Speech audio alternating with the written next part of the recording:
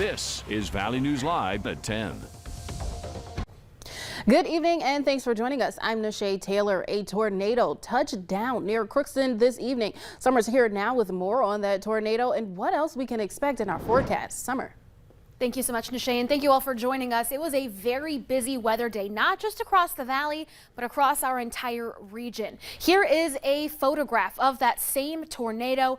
Very picturesque. It was in an open field near Crookston. This picture was sent in by Annette Berglund. She was between Crookston and Fertile, Minnesota when she snapped this photo.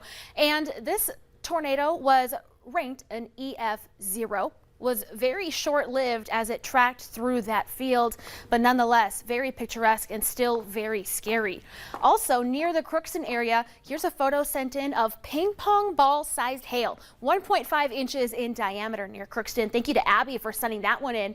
And these storms have brought widespread flooding concerns. This is near Gentilly, Minnesota. Flooded ditches, flooding over the roadways, very dangerous conditions through the valley. Right now, storms are starting to clear up, but Nashay, we have snow on the way for tomorrow. I'll have your hour-by-hour forecast and how much to expect coming up here in just a little bit. All right, thanks so much, Summer.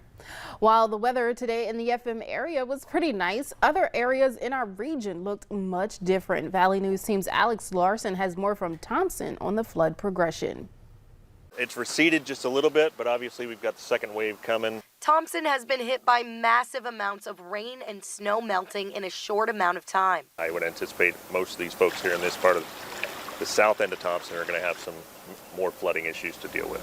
And this has left many residents worried about what's to come with more rain that could be on the way. This road continues all the way down towards Reynolds, but it's the only access into Southbrook Park. So Southbrook is the Thompson Park, and it's inaccessible right now. I'm really worried about if we're going to be able to play this year. I mean, we might, but we wouldn't have an outfield. The road I'm on right now was closed because of the rain coming down and snowfall eating away at the road. The longer that water flows on it, the more it's going to continue to erode. So it should be an interesting cleanup. But others are hit with dealing with the damage right away, like Mike Bonnywell, who had help from neighbors to put out sandbags around his home as soon as he noticed the water outside his door was creeping closer. People out here that were willing to help. I just didn't know they'd all show up really willing to help in that amount. Fortunately, there was no damage to the house. If it wasn't supposed to rain the rest of the weekend, we were going to be okay, that's fine, but with the rain, knowing the rain was coming, we decided to kind of take action. But more neighbors are expected to take precautions after this weekend. No, I'm going to be up all night to make sure I'm pumping stuff out. So just trying to get some sleep and watching it, and hopefully it doesn't rain anymore, which I guess it will. And with water continuing to rise, now all residents say they can do is wait and pray. In Thompson, Alex Larson, Valley News Live.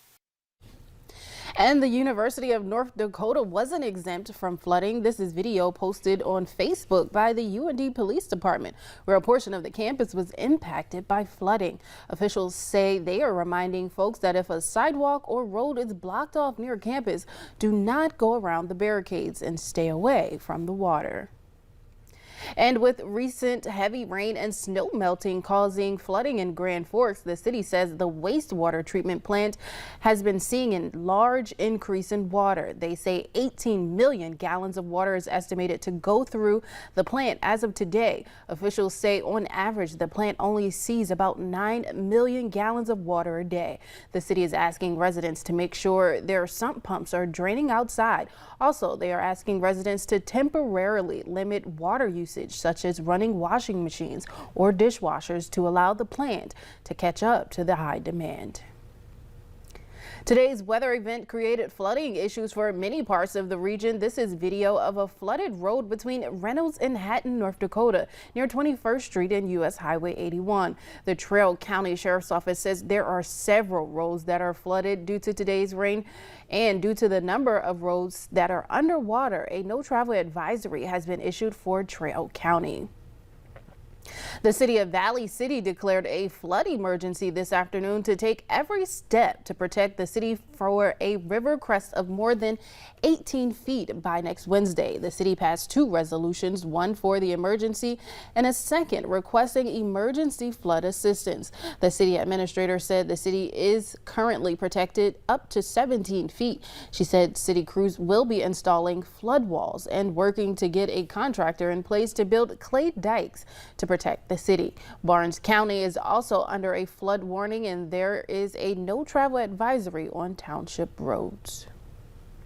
What started as freezing rain across western North Dakota developed into wet snow, which made travel very difficult. Williams County emergency management officials say there have already been reports of traffic accidents and stranded vehicles. Some roads in Williston are closed due to the weather conditions. Meanwhile, new tonight, a home in Jamestown is destroyed after a fire tore through it. The Jamestown fire chief says they were called around 12:45 this afternoon for a garage fire at a home in the 1400 block of 5th Avenue Northwest. But when they arrived, the home was fully engulfed in flames. Authorities say 21 firefighters were on the scene for 3 hours, helping to put out the blaze. No one was home at the time and no injuries were reported. They also say the home is estimated to be a total loss. One person is dead after a vehicle was found submerged in a drainage ditch in the 3300 block of 7th Avenue North.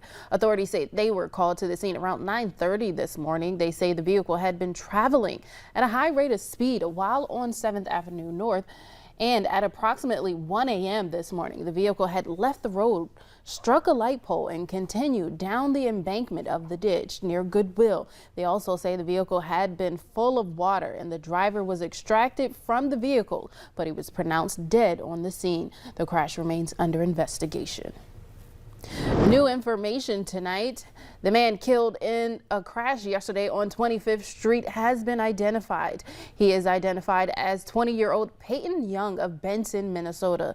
Authorities say just before 1:30 p.m. yesterday, Young was driving on 25th Street North when his vehicle slammed head-on into a van. Young had to be extracted from the car and he was taken to a local hospital where he died from his injuries. The driver of the van, 21-year-old Levi Lucasdale Fargo, suffered minor injuries, while his passenger, 26-year-old Robert Yunker of Fargo, was seriously hurt. Later on Valley News Live at 10, pop culture fans packed the arena at the Red River Valley Fairgrounds for the opening day of the Fargo Pop Expo. And with all the heavy rain, area rivers are continuing to rise. Here's a snapshot of Grand Forks, expected to rise into major flood stage. You can find all the latest river levels on our website, valleynewslive.com. Now we're shifting gears back into wintry weather. Winter weather advisory beginning at 4 a.m. until 7 p.m. Details are next.